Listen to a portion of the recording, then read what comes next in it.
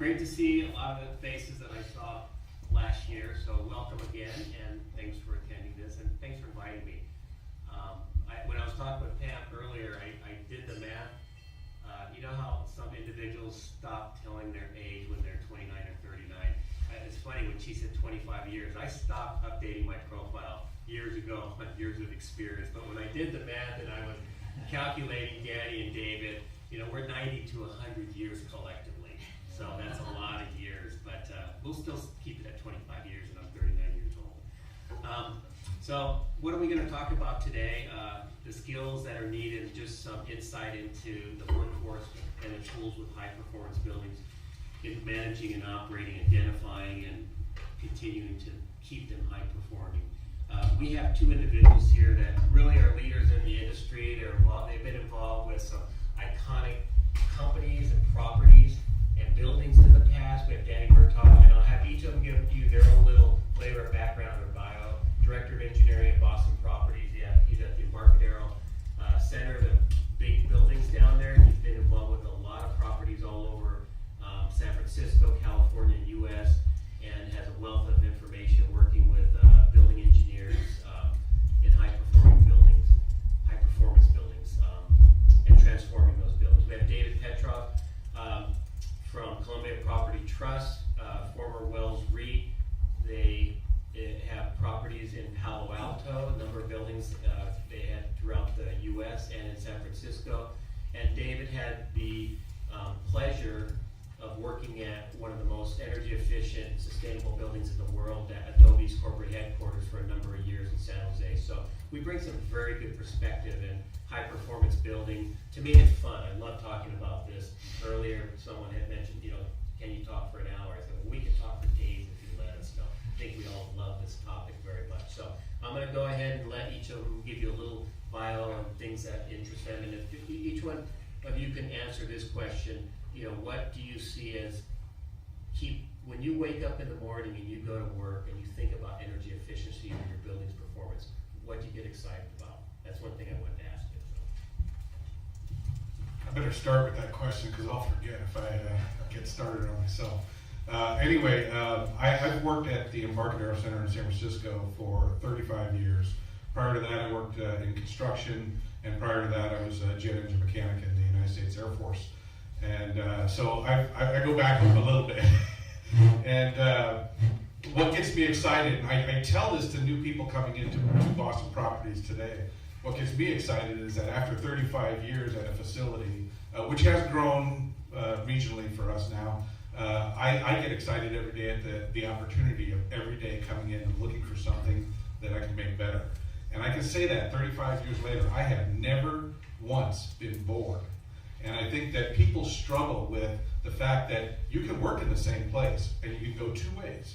You can get complacent and just run into a routine and do the same thing over and over, or every day you can challenge yourself to look for something that you didn't know the day before and look to improve something that you didn't have the day before, and always leave everything you touch a little bit better than you found it. And when you're in a facility environment, that's the golden opportunity, is you're coming back to that facility and that equipment every single day.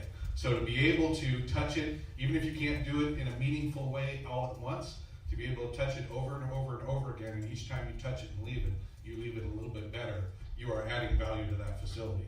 And then of course the opportunities to jump on improvements, moving through that cycle of life is equally great. But that's a little bit about me, and I hope I answered that question.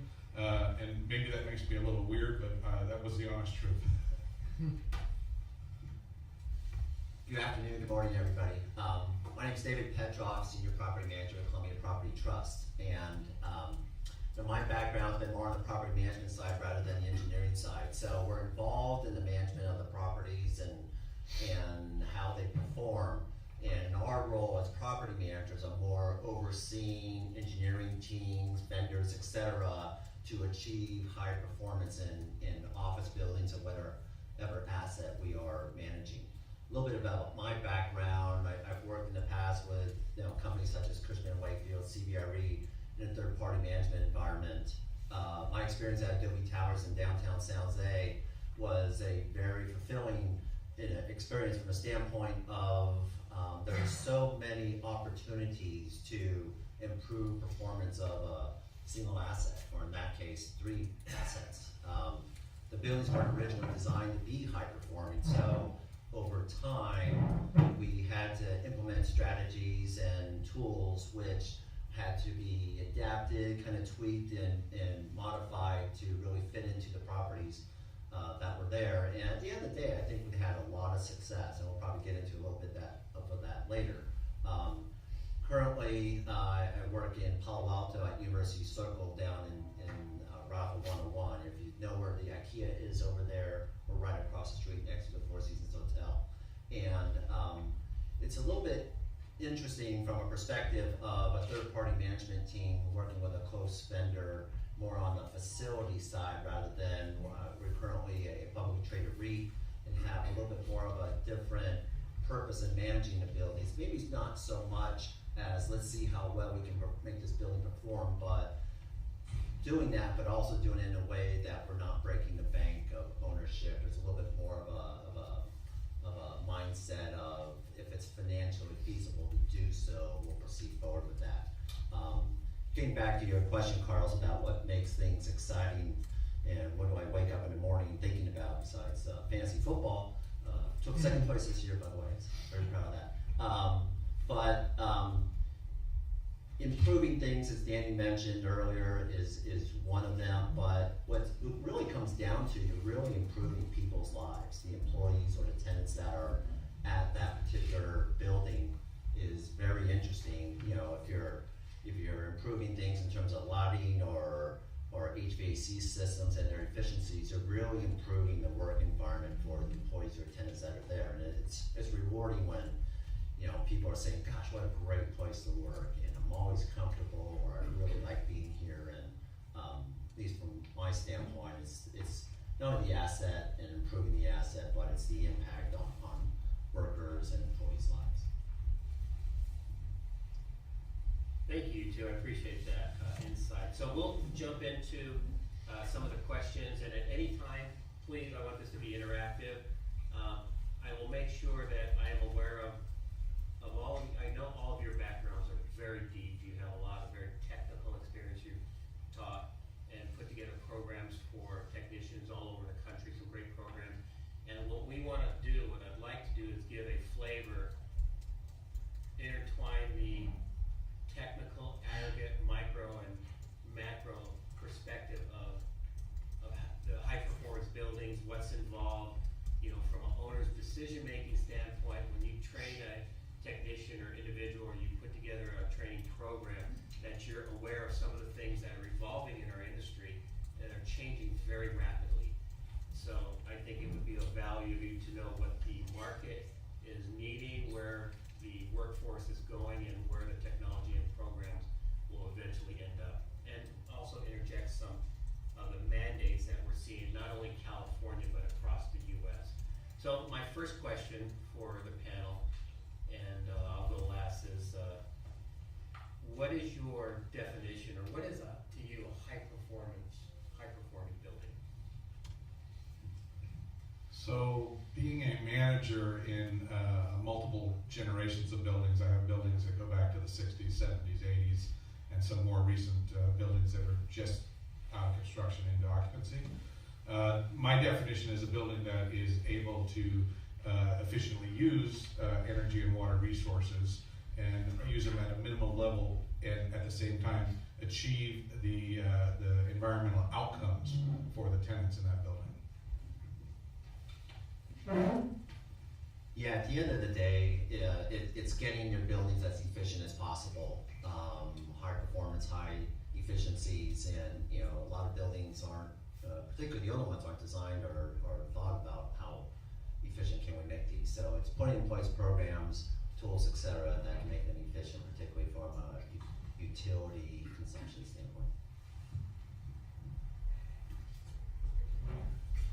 Thank you. I'm going to answer that also, in that for me, high-performing or high-performance building has a couple characteristics. Of course, the benchmark is huge. How do you compare them with other buildings, as we've heard before in Paul's great presentation when he does ASHRAE level 3 audits is how do you compare your building to another building of like kind, category, size, everything in use. So, you know, of course, there's Energy Star, there's the benchmark there using the CBEX data, which has been updated over the last 10 years from, I think it was 2002 or 4 to 14, correct, somewhere in that range. And not only that is the use, number of complaints, HVAC complaints, the cost per square foot, the BTU per square foot, you know, the gas, you know, there's a number of different metrics that you could use to really identify what a high performance building. You could be, I had a building in La Jolla, California that was the Aventine office building. It was a LEED Platinum building. It was a 100 on the EPA Energy Star score. But there was always, as Danny said, always things you can do to improve the performance, and so what, it was 100. We always found things to tweak or to add on to make it either more sustainable or higher performing with that building. So there's so many things you can do. And now the big push, not only through California with the governor's mandates on 50% improved energy efficiency with the DOE and with AB 758 is zero net energy. Everyone thinks about zero net energy as a very hard goal to achieve, but there is a path to zero net energy. There's becoming zero net ready. We'll talk about that a little bit more, but to me, a high performance building is really how do you compare your type of building, because no two buildings are alike. They really are not, unless there's 3 of them that are identical, but the uses may be different. How do you compare that building to something in another part of the country or the region that is similar to it? Next question, what are some of the techniques or skills needed to manage a high performance building? And this is important because from the owner's standpoint, from decision makers and people that hire these building engineers and operators and technicians, they're constantly looking at the skill sets and tools that they need to have in order to operate and manage their $100 million assets in their buildings, to manage their $1 million energy spend. You know, what are the skills, knowledge, and abilities needed, and the tools needed for them to manage these? So that's the question. What are the techniques or skills needed to manage a high performance building? The most important technique is education. The facility people need to be properly and thoroughly educated on automation systems and digital controls and other types of technology-based systems that are integrated into the building operating platform.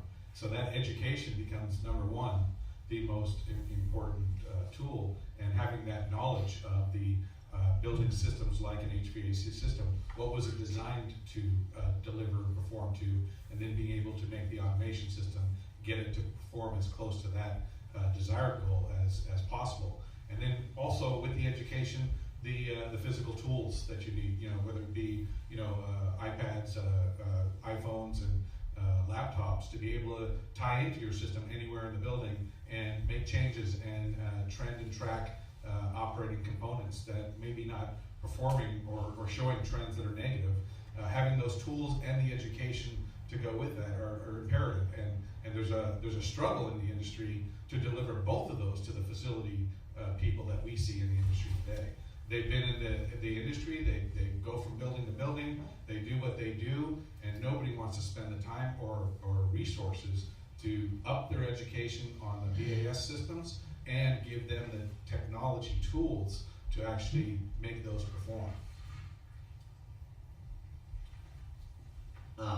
Agree with all those points, Danny. From a property management or asset management perspective, you know, we rely on our engineering teams, both at, you know, director levels all the way down to, you know, technicians in the field.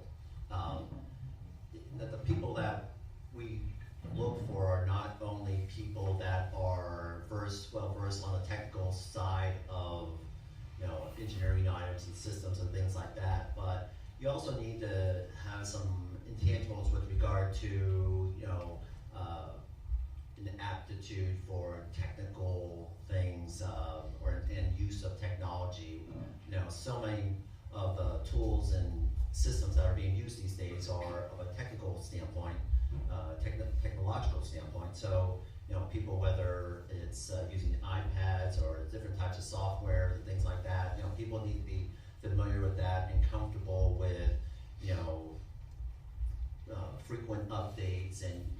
of those tools.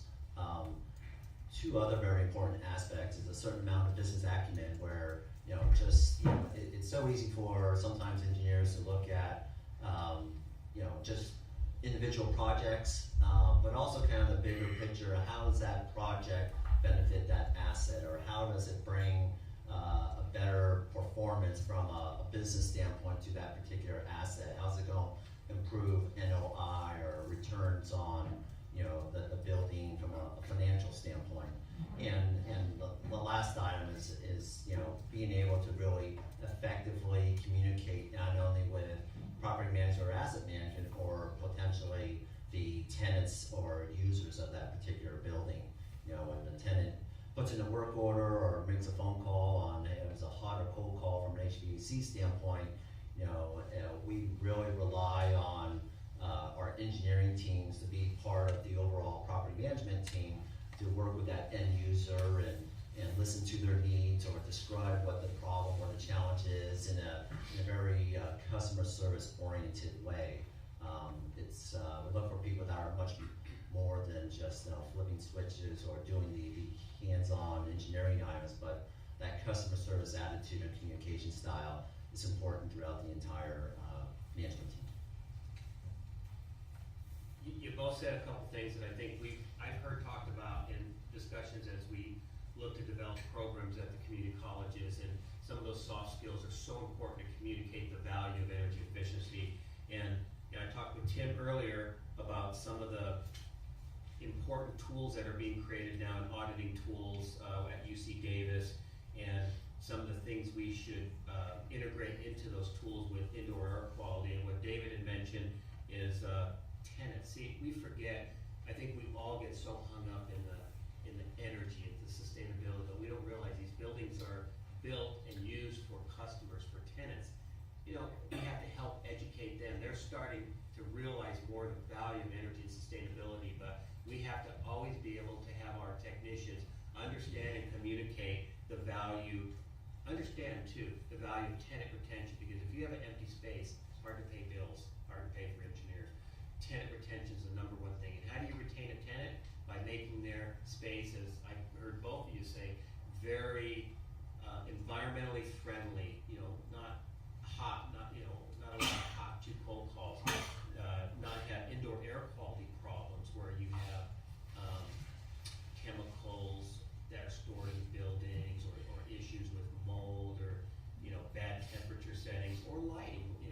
Daylighting and some of those issues are so important. And we have to remember, more than 75% of our buildings out there today are existing buildings, older buildings, and in many cases, they're not of new technologies, the DDC control or Title 24, the new technologies. They are pneumatics, they're the legacy systems, and they're just right to be converted and retrofitted into the new technology. So those are happening. It's happening slowly, but they're still out there. They're still being operated and maintained by our workforce. So next question. What are some of the key characteristics of the organizational systems that support the work of a high-performance building technician? Let me read that one more time. What are some of the key characteristics of the organizational systems that supports the work of a high-performance building? So some of the examples could be real-time energy analytic dashboards. They could be work order systems. They could be a call center that goes into your, or a number of different uses. So what are some of the key characteristics of the organizational systems that support high-performance building technicians? Is it fair to include the organization itself? Absolutely. Okay, because it really, at the end of the day, it starts with the organization. The organization has to have a philosophy that they want to maintain a high-performance building, and they want to conserve resources. If you don't start there, then pretty much what you have is a building with a pretty badge on the front door, and it's going to degrade over time. So I think that the organization itself has to believe fundamentally that, okay, we've got a high-performance building, we are going to deploy the tools and the resources to that building to make sure that we're maintaining it at a level of high performance or high to higher performance as technology and opportunities change. And I think those are actually most fundamentally important ones.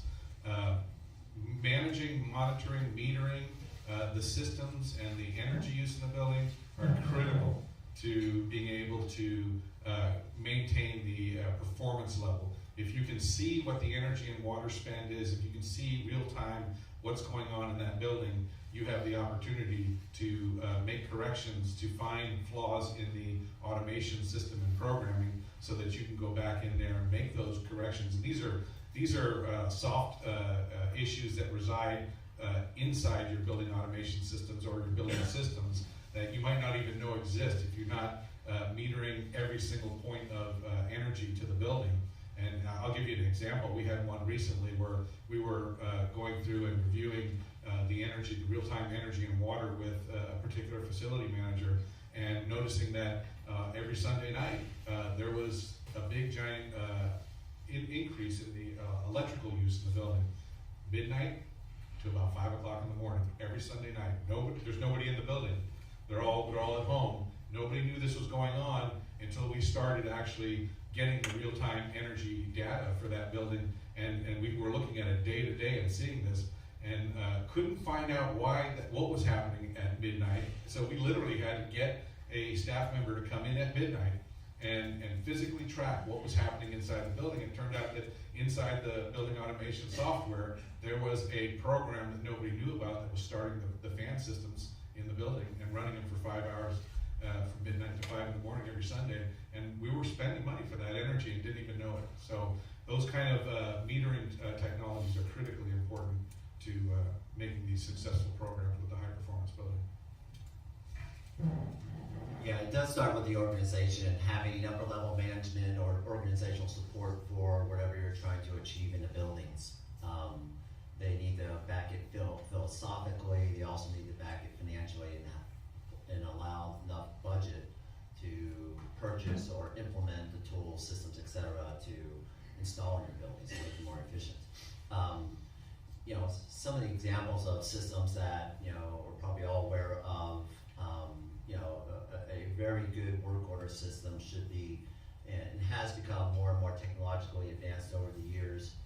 Now, so many work order systems are app oriented, where even tenants that are sitting at their desk, they could have the option of either calling in a hot or cold call, or just going to their app and submitting a work order that way. And so the work order system has to be user friendly for the end user / customer, and then it has to be also very simple to use for the engineering team or the management team to not only respond to the issue, whatever that might be, but also track its progress. If it takes a number of days to achieve a certain work order's completion, then it should also track the status of that. And on the building automation side, more and more these days, the technological improvements of these systems, when they're measuring and metering, all your lights and systems and things of that nature, to provide a good information used to the engineering team, and then also again having your engineering team being able to, once they have that data, what to do with it is also very important. I would just add one more thing to that, is that in recent years, this analytics over building automation systems has come front and center to overlay over existing building automation systems to do a little bit of what I just talked about, where that fan system was running. These analytic systems will literally overlay in addition to your BAS systems, and they are your technology-based staff member that works 24/7. They go out and they look at the hundreds and hundreds of points out there and what they're doing, and they look for outliers in the operation. So they look for a VAV box that might not be doing anything, which Paul pointed out in his presentation, and they will actually raise a flag and raise their hand and say, hey, this VAV box or boxes are not doing anything, they never change. And it allows the facility management staff to actually go in and respond to that and make corrections based on that. And that's knowledge that's more recent in the last several years with these analytics, and they're growing in their proficiency and they're getting better. It's almost like having an ASHRAE audit going on all the time. Paul, I got to give credit to Paul because his presentation brought up so many great points that I wanted to stand up and applaud that we run into every day out there in the industry. I'll just echo a little bit. When I saw some of these slides that Paul had on demand, the profile, if you've heard of it or not, when I was at my last company, we piloted several different energy analytic companies, and when I made the selection after a couple years of which energy dashboard to use for our portfolio, it had to be quickly deployable, it had to be user-friendly, and it had to be cost-effective. And they met that criteria. And as we've heard here from Paul and Danny David, the real-time energy analytics and the overlay is so important. That's really taken more of a higher priority, and it's an easy low-lying fruit. It's easy to execute and put that into your buildings to where you're looking at outliers or anomalies. And the thing is, not so much that the building team is looking at that, which they could, but they're sometimes busy responding to tenant needs, doing preventive maintenance, making repairs, doing the things that are demands of the building. You'll have companies out there that will look at this 24/7 analysts that these individuals may not have a heavy HVAC background, but you give them a questionnaire or a list and you identify what could happen when you see this anomaly, and these people know how your buildings, these analysts, how your buildings are working better than you could ever. So that's what's emerging now with these overlays and the energy analytics, and this is something that our workforce needs to be very aware of, because these are opportunities that are very cost effective and they make a huge impact. When I do my ASHRAE level 2 audits across the US, if they don't have an energy analytics system, I always put as an energy cost measure to implement it, and I put, depending upon how the building is run, the things that I see them using in their normal operation, are they DDC controlled or not, I put 1 to 2.5% of the aggregate total energy spend of the buildings as a savings. And I quantify that all day long, because all it takes is 1 or 2 times when you have someone start something up, a large piece of equipment, or keep the equipment on, or keep the lighting on, and they're not looking at it, they're not aware of it, and that thing's running, as Danny said, from 12 midnight to 5 in the morning, 365 days a year. They're just not looking at that. So unless you have the tools to identify that, you can't really see where the savings are. So we'll move on to the next question. What are some of the most critical skills needed by technicians in managing high-performance buildings, and how they evolved? And we touched upon it a little bit, but this is important for faculty and all of you out there. From the things that you've seen with some of the operational best practices, the technologies, the overlays, if you were to list 3 different things, and I know we talked a little bit about soft skills, but let's get a little more granular, technical, and I'll start with one of the things is I think a lot of our technicians need to understand Excel. I think Excel is so important. So, I mean, it could be a basic spreadsheet where some of them don't understand how Excel works, but to be able to use Excel can be very powerful. So that's one of the items I think that, and in more and more buildings that I go into, more and more operators, I see that is becoming common practice. Not only can they write a Word document or use their PDAs or iPhones very well with their apps, Excel is becoming second nature. Good point. Also, and I'm going to loop back around and repeat some of my prior comments. Being properly educated on the particular BMS program or BAS equipment that's in the building is critical to being able to manage a high-performance building. And if you can't get your staff properly trained on those systems, they can't properly perform. Further to that is, I think it's important in industry today when you're training facility people that you're going to put them out in industry, you don't know if they're going to end up in a brand new building or a 40-year-old building. I think one of the things I see we're running into now in our tenant improvement construction is that a lot of young folks are coming into the trades and they're doing, the HVAC work and the controls work and the balancing work, and they're not recognizing some of the older technologies out there. Buildings that have dual duct constant volume systems that are still operating as dual duct constant volume systems have to be treated in kind when you're building out the space. You can't automatically just change them to VAV unless you change the head end, unless you go back into the fan room and change the fan to a VAV infrastructure. And we find people that have only learned a VAV box with a reheat on it, and that's what they know. When they go out on every job, that's what they do. Well, if you go into a 1974 building and you do your VAV box with a reheat on it, and you apply that logic to a dual duct system, you're going to get some really fun results. And the first person who's going to notice the fun is the tenant, because there's going to be variable airflow coming out of places that are not supposed to be variable. And you have to understand, whether it's an induction system, whether it's a dual duct, a multi-zone system, or a true VAV system. You have to know what system it is you're working with and what systems are out there, especially since, to Carlos's point, 75% of the buildings are older buildings. I happen to own a lot of them, and I have these problems. The facility people, while a high-performance building, and that's a loose, very broad definition, because the Embarcadero Center, they're all LEED Gold buildings, they're all Energy Star labeled buildings, but they're also all, between 35 and 45 years old.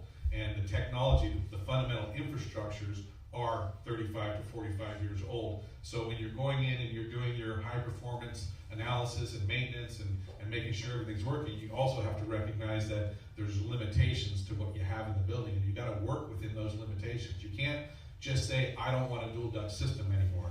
You have to approach that from a more capital macro perspective and address it over time.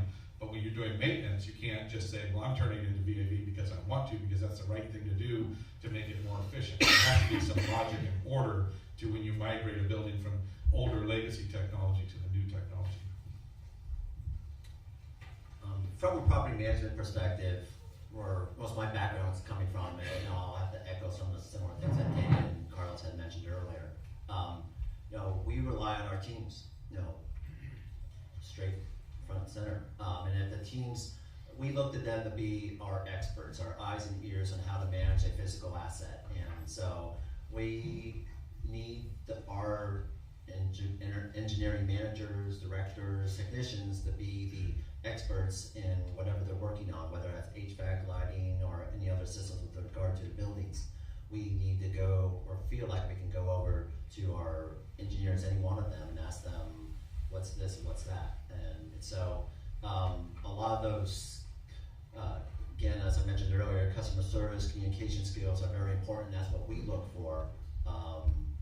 But we're operating under the assumption that they have the technical background, they have the engineering expertise and skills, and so, which is great, but we also would like,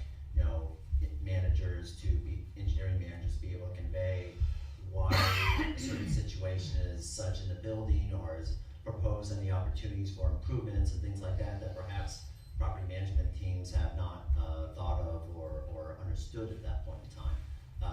It kind of goes without saying, Carl's earlier about Excel, Microsoft Office skills, products, whether it's Excel, Word, PowerPoint, etc.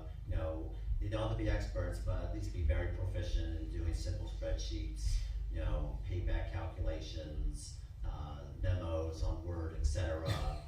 Because that's how the office environment works. And being just open to more education, learning and increasing their skills and abilities and their engineering aptitude is what we're looking for on our engineering teams. So I just realized the benefit of sitting in the middle. I get the microphone going both directions.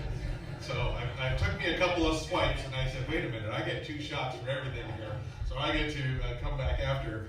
And I just wanted to say, by example, when I first came into this industry, a typical job interview for a facility staff was, what was your capabilities with regards to rebuilding pumps, replacing bearings and seals and fans and shafts and motors and belts and filters, and those were all great required mechanical skills, but that was the sum total of your interview. You had to have those skills, solder, weld, electrical, and those are great skills. You still need them today, right? But a typical interview today addresses those in about 5 minutes, and moves right on to what are your skills with regards to electronics controls, building automation systems, modern fire alarm systems. So we've migrated what is the priority in the facility environment today. You know, obviously the fans still need to be rebuilt, the pumps still need to be rebuilt, but it's not the only technology. And when I came in 35 years ago, that was really the only technology you had to worry about. Make it run, repair it when it doesn't run. Interesting. Having worked in buildings in the past, operating them, depending upon the location I was at, the objective of the owner and the management was quite different based on the use of the tenants. I always go back to this phrase, and it just popped in my head when I heard both of you talk, is uninterruptible work environment. And I think for our technicians and workforce to have the skills to be able to make sure that they're thinking about the work environment, that it is and always maintain an uninterruptible work environment, looking at things, looking at, having apps at their fingertips to where they could be looking at temperatures or having the alarm settings set to where if it goes outside of that, it alarms then, to potential problems, that's really important.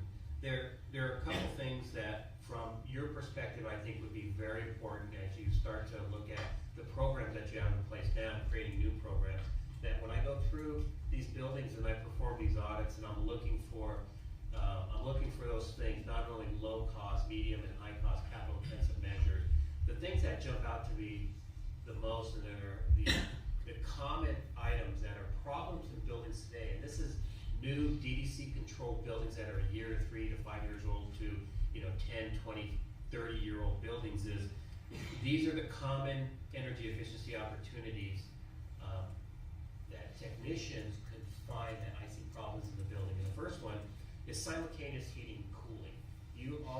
I always see buildings where their heating and cooling is fighting one another, so then you have that extra energy usage and the controllability. You're not managing or maintaining the set point as well as you could.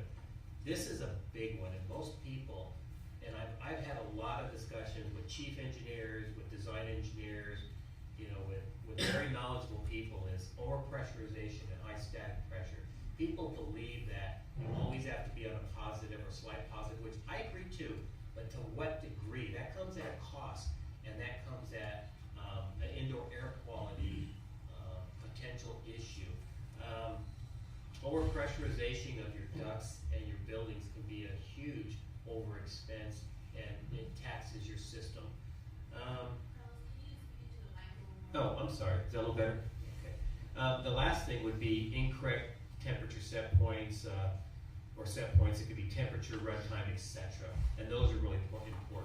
And a lot of times those are manually set and forgotten. But so those three things: simultaneous heating, cooling, overpressurization, and incorrect temperature set points, are things that I would, in my analysis, contribute, sometimes over 40% of the energy potential in reducing energy in some of these buildings.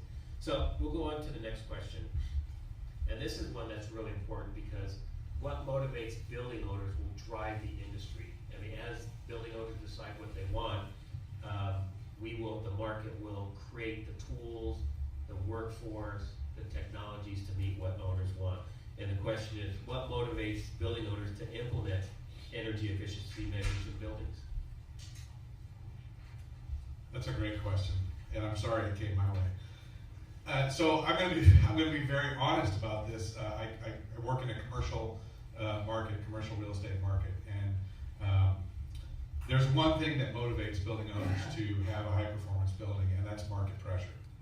It's the only thing, because if you want to believe that owners, they go to church every Sunday and they come out and they feel good when they get to work on Monday, they go, I'm going to save electricity this week and I'm going to spend some money to do that. It doesn't happen. Market pressure is the strongest motivator, because they're motivated by their occupancy. So the best, and their lease rates. And correct me if I'm wrong. If they achieve those two things, high occupancy and high lease rates, they're satisfied. And there's something in there that you may or may not understand in the commercial real estate market. the tenants pay for the electricity. So the owner pays for the capital. So if there is a capital investment to save energy, the owner puts out $1 million in capital, the $1 million return goes back in the tenant's pocket. There's a disconnect between the owner capital and the return, and that's just the way the commercial real estate generally works in a gross lease environment. And so that disconnect, it's been in the industry forever. And it's why a lot of times when the little boy on Oliver goes up and, might I have some more? The answer is, what do I get out of it? You want me to spend $1 million so that the tenants can pay less in the OpEx expenses? And that's a problem. So market pressure and occupancy are the things that I think motivate them to have high performance buildings. Now, that's not a one size fits all answer. I think there are building owners and operators out there now that are doing a much better job at being more sensitive to the natural resources and the strain on natural resources. But in general, when you're talking about commercial office, there's a disconnect between the effort and the savings. What motivates owners can be simply stated as valuation. Valuation, and maybe you could also add to that public perception or image that they want to portray for their buildings. The valuation of an asset drives everything. It drives NOI, and if you look at NOI, think of what net operating income, then what drives NOI is creating an efficient building from an energy standpoint. And what Danny described with regard to capital projects, that is an owner's expense, but electricity, utility costs, and the way a lot of commercial leases are written, those costs are passed through to the tenants. The more occupied a building is, the more the tenants will pay for all those occupancy costs and utility costs. So if you have a full building, if you have happy tenants, you're going to be a full building, you're going to be a competitive building to your other, nearby buildings, whether it's Embarcadero Center or down the peninsula in the Palo Alto area. Just a little snapshot on that marketplace. We have a 3-building campus. It's about 450,000 square feet, and 2 or 3 years ago, our occupancy dipped down to, for a variety of reasons, down to about 70% occupancy. And so, a big consideration of ownership at the time was, our buildings are worth a lot less at 70% occupied. What can we do to get them close or at full occupancy? Through several successful leasing programs and other opportunities that we were able to improve the efficiencies of our buildings. Our occupancy now is like at 99%, and we're satisfied with that. But we're always wanting to keep our buildings valuable, keep our occupancy high, and at the end of the day, owners want high performance buildings on the financial side, and that goes hand in hand with happy tenants and keeping the end user in the space happy and satisfied that they're in a good work environment. Our environment has changed a little bit. Down in Palo Alto, we have a lot of tech companies, and historically our buildings have been more financial service organizations, law firms, very steady kind of, I don't want to say old economy, but kind of an older way of doing traditional business. And now we're trying to adapt more to more of a tech environment, more of a tech use. Those uses and needs of a tech tenancy are different from a law firm, for example.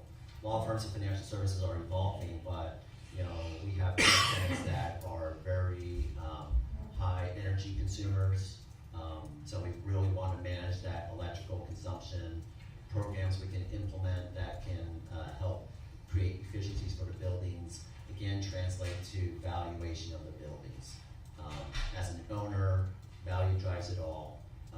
And then when we are looking at other marketplaces to do further investments, we, number one, look at the valuable markets, the valuable buildings that, again, are running efficiently and can translate to ownership value. I'll give you a break. Okay, thank you. So, I wanted to take it. So in some of the programs that you are developing, I think it's very wise. You may already be doing this, and it's very important for the technicians to start to integrate the entrepreneurial knowledge or awareness of some of the things we talked about. Now, Danny talked about some of the lease structures at his building. Some of the lease structures are very important, not that the technicians need to understand or know what a triple net or gross or full service is, but sometimes just asking the question will determine if the cost is paid by the owner or by the tenant, or if it could be escalated, charged back to the tenant. A lot of leases that I was involved with, they had clauses in there to where if the energy efficiency upgrade had to do anything with reducing costs, it could be escalated back to them. So we always made sure they had value towards reducing operating expenses. There's some important factor out there that I believe, these are just terms that as our industry is evolving, this is what technicians have to be involved with. It's no different than managing their own investments or their own requirements. To be aware of these terms and knowledges is net operating income, asset value. Sometimes, and I don't know what the exact correlation or factor is, but I've been told for every dollar in reduction of expenses, sometimes the asset value can increase by $3, depending upon how it's structured. And so that's a pretty important metric right there. So those are some of the things that you may want to consider as you're in your programs. Very soft, 2 to 4 hours, and you may already do this in the financial analysis part of energy efficiency projects. I want to take a minute or two for any questions out there at this time that we can stop. Yes, sir. I have a question for you guys. So, we're starting a 2-year degree program in energy management Where are you at, sir? out in the Northeast, in Connecticut. Okay. Would you think that BOMA members would be interested in sending their staff, the facility staff, for training in something like that? And what would be the best way to approach them, to approach the owners? Repeat the question, please. So, the question basically is that, he started a new program. With tech colleges, we're always looking for input, especially from people like BOMA, people, our members, to come and let us know what you need and how do we contact you to get that input and invite you in to help us with setting up these programs, and just as importantly, to, on the other side of it, connect these new students who have learned these skills with these positions. That's Pretty much your, Well, even more sophisticated than that is the idea of, okay, I know BOMA, but I don't have a deep relationship with them. I come out of that industry. So what's gonna motivate building owners to not only recommend that training, but maybe potentially pay for it for students? That's a great point. A couple quick things is from my perspective, there's a huge shortage in operators and technicians all over the country. A lot of guys my age that are leaving the industry within the next 5 to 10 years. And the incumbent or new workers, they're not either being trained in the proper training, or there's not enough good training out there. There's great training out there, but there's not enough of it. That's the first thing. Or the new workers coming up, they may not go into our field because they all want to be, doctors and lawyers or educators or scientists or who knows what. It's not sexy to them, so we have to change how the viewpoint is of these technicians. I mean, these technicians make very good money. It's a stable job. They have great, usually very good retirements. They can take care of their families. It's a great, great career in life. To answer your question, I think, and I was talking to Pam earlier, we're rolling out a couple major national initiatives through BOMA International. It's called a Zero Net Ready Challenger Initiative. And I believe through the region, we're going to be looking for collaborations with, on the education side, in how we connect the programs with the technicians with the BOMA region. So let's work, if we can, with Pam, and I'm the chair, I'm an international chair, and I know people on the education committee that we can send out messages throughout all of the states on all of the programs that are working, and maybe these BOMA regional individuals are either advisory members or they're connected with you on some level to give you advice. How's that sound? Sounds good. Perfect. Okay, great. Next, there was one other question back here. That was, okay. That was actually me, and it was, Okay. I want to piggyback on he did that, you asked it. Okay, great. Tim? Yeah, one of the things that I think is critical to our continued program growth is internships. And I was wondering, through BOMA, are they open to having direct internships? And these could be paid internships by government agencies. For example, in my case, it's 100% paid by a separate entity, plus they cover the workman's comp and the insurance and things like that. But so far, we haven't been able to break into BOMA to bring these future technicians in so that they can see what the building industry offers. But also, the key thing is to bring back to us and be a part of our continued growth and development of our program. That's a great question, and I fundamentally believe in. Sorry. Can you repeat the question a little bit, synopsis? Oh, repeat the question. How to connect internships with BOMA in the industry to get internships out there, whether it's non-paid or paid, and then connect it back and bring that information back into the program so they can take that and expand the coursework and the knowledge to say this is what's happening in industry by that free flow direction between industry and education. Did I get that pretty much right? Now I forgot my answer. Every time you interrupt me, I'm going to forget what I was going to say. I think I fundamentally believe in internships, and I think most employers out there, I'm going to step aside from BOMA just for a second to say most employers would support the internships paid as well. The challenge is, and this is what it comes down to, in a lot of the major metropolitan areas, there's a union requirement. The unions will not support internships. So that being said, it has to be done in a very careful manner to where the intern is actually working for the host company, like a Boston Properties, and they're working in the office, but they're getting exposed to the facility staff, and the facility staff are taking them through what's going on in the industry without taking over their work. The unions are very sensitive to when non-union entities integrate to their jurisdictional work, if you will. And so it's a little bit of a dance choreography to make that work, but I think it works through BOMA to the employers and then connecting them to the facilities. And if I may, one of the things that we've done, we're doing some stuff with Honda, but before we did it, we created partnerships with the unions. And they gave us the okay that they're not going in there to work, they're going in there to observe, and they're going in there to further their knowledge into what direction they want. Because we are actually feeder programs for unions.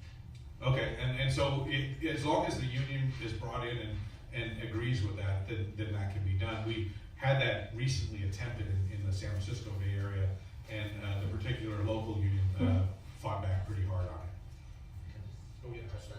Yeah, just with regard to internships, down in San Jose, for example, there are some shops that are non-union. And so if you're not dealing with, if you're able to get around any union restrictions, et cetera, if you're not working through BOMA, outreach to management companies directly is a great way to do it, or even breaking down further, outreach to individual buildings. Down in San Jose, we were very much interested in hiring interns, and so IFMA had a program with prospective students that wanted internships, and then we would reach out to them and hire one or two each summer. CBRE has a really good program and are interested in doing that, as well as Cushman & Wakefield and Columbia Property Trust. We would wholly be interested in having an intern come in and see everything and help in the development of students and engineers of the future. Yes, sir. I'm just curious as to whether, from a property management perspective, do you think, given the same square footage and the same kind of buildings, high performance building versus, not high performance building, are the amount of workers needed to maintain that performance? Is the expectation that's going to be increased?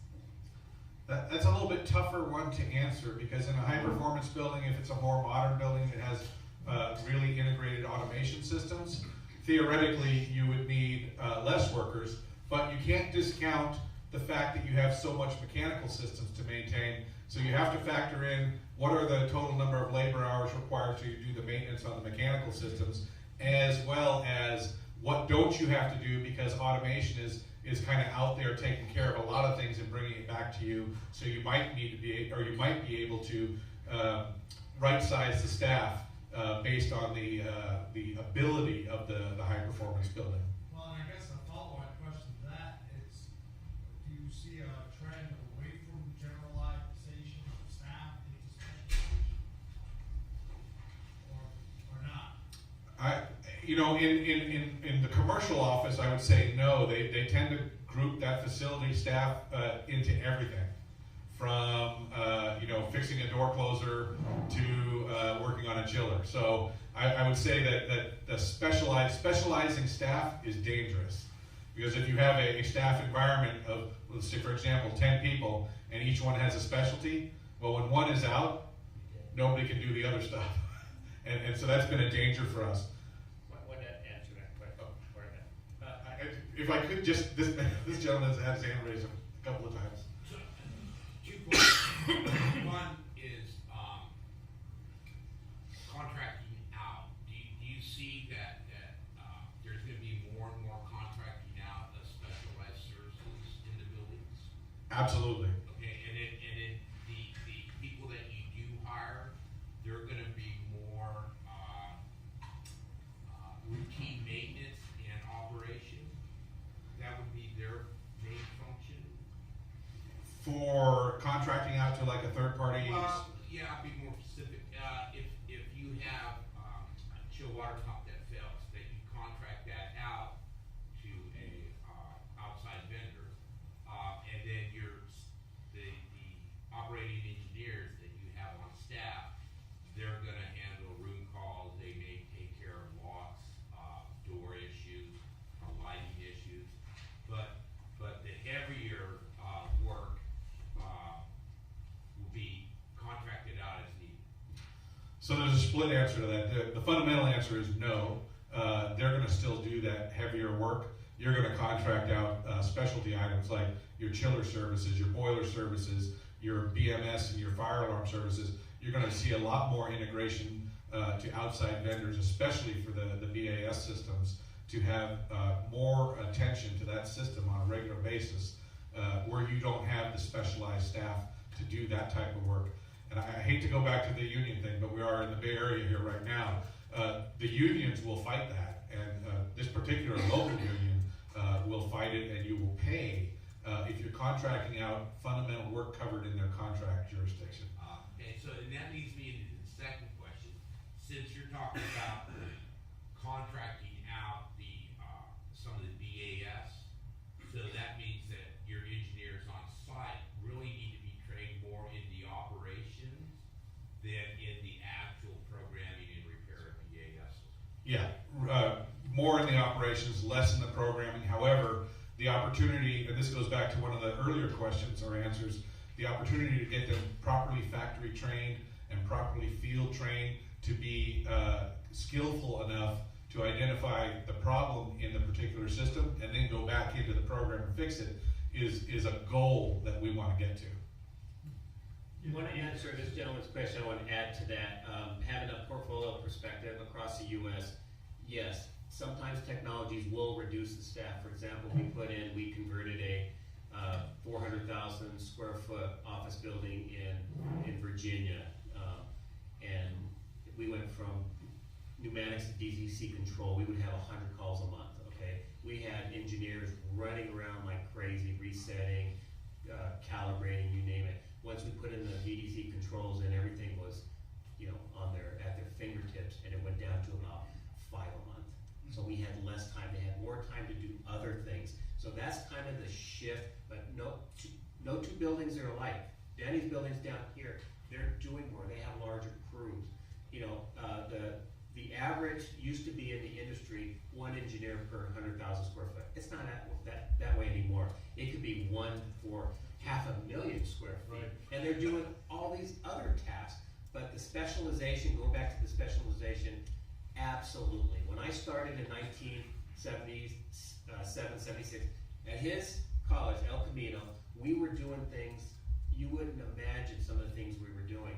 So my first job, we were opening up chillers, punching the tubes, replacing the contacts, changing the oil, the filters, a lot of those things.